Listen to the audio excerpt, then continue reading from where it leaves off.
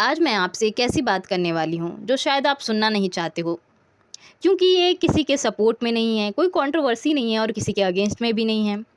ये एक पैटर्न है, एक ऐसा पैटर्न जो 2500 साल पुराना है और आज भी चल रहा है।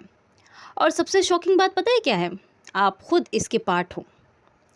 इस पैटर्न का नाम है war decision by old fought by young. Simple words में, डिसीजन लेने वाले लोग अलग हैं और मरने वाले लोग अलग।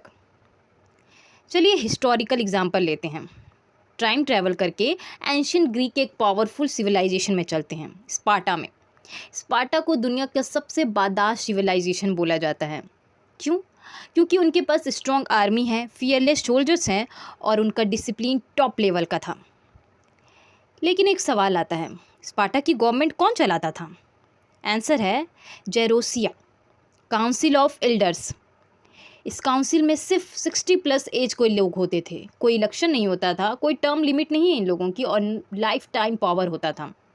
और ये 60+ एज के लोग डिसाइड करते थे कि वॉर कौन सी होगी, इस वॉर में लड़ने कौन जाएगा और इस वॉर में मरेगा कौन। और लड़ता कौन था ये वॉर? 18 to 25 साल के यंग सोल्जर्स। सोचिए, डिसीजन लेने वाले सेफ हैं और मरने वाले कौन? यंग लोग, जिनके सपने अभी शुरू भी नहीं हुए। ये सिर्फ स्पार्टा नहीं है, ये एक पैटर्न है। अगर आप इस पैटर्न को डीपली समझना चाहते हो तो कुछ पावरफुल बुक्स हैं। First one, the dictator's handbook, Bruce Bueno de Mesquita. ये बताती है कि लीडर्स का मेन गोल होता है पावर को बचाना, ना कि पब्लिक का वेलफेयर करना। सेकेंड बुक है सेपियंस, युवल नोह हरारी।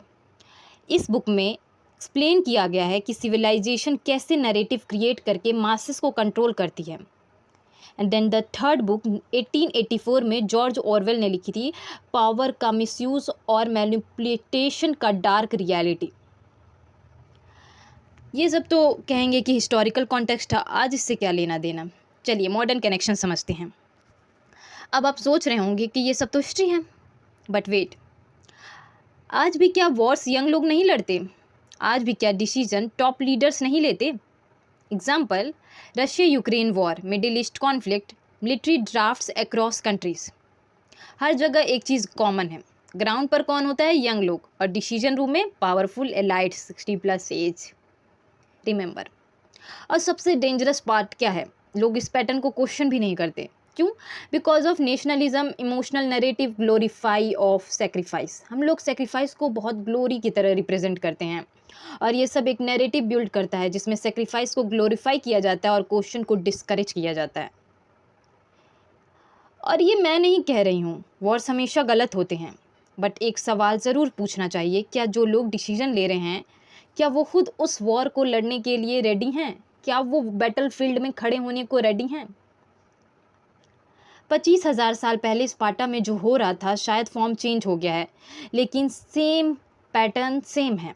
और सबसे इम्पॉर्टेंट बात, इस सिस्टम को चलाने के लिए सिर्फ लीडर्स नहीं, फॉलोअर्स भी चाहिए होते हैं। सो नेक्स्ट टाइम जब आप किसी नैरेटिव को ब्लाइंडली फॉलो करो, एक बात रुकना और सोचना, एम आई थिंकिंग और जस्ट फॉलोइंग? अगर आप ऐसे डीप थॉट समझना चाहते हो तो चैनल को सब्सक्राइब करो, क्योंकि यहाँ हम सिर्फ न्यूज़ नहीं, पैटर्न डिकोड करते हैं।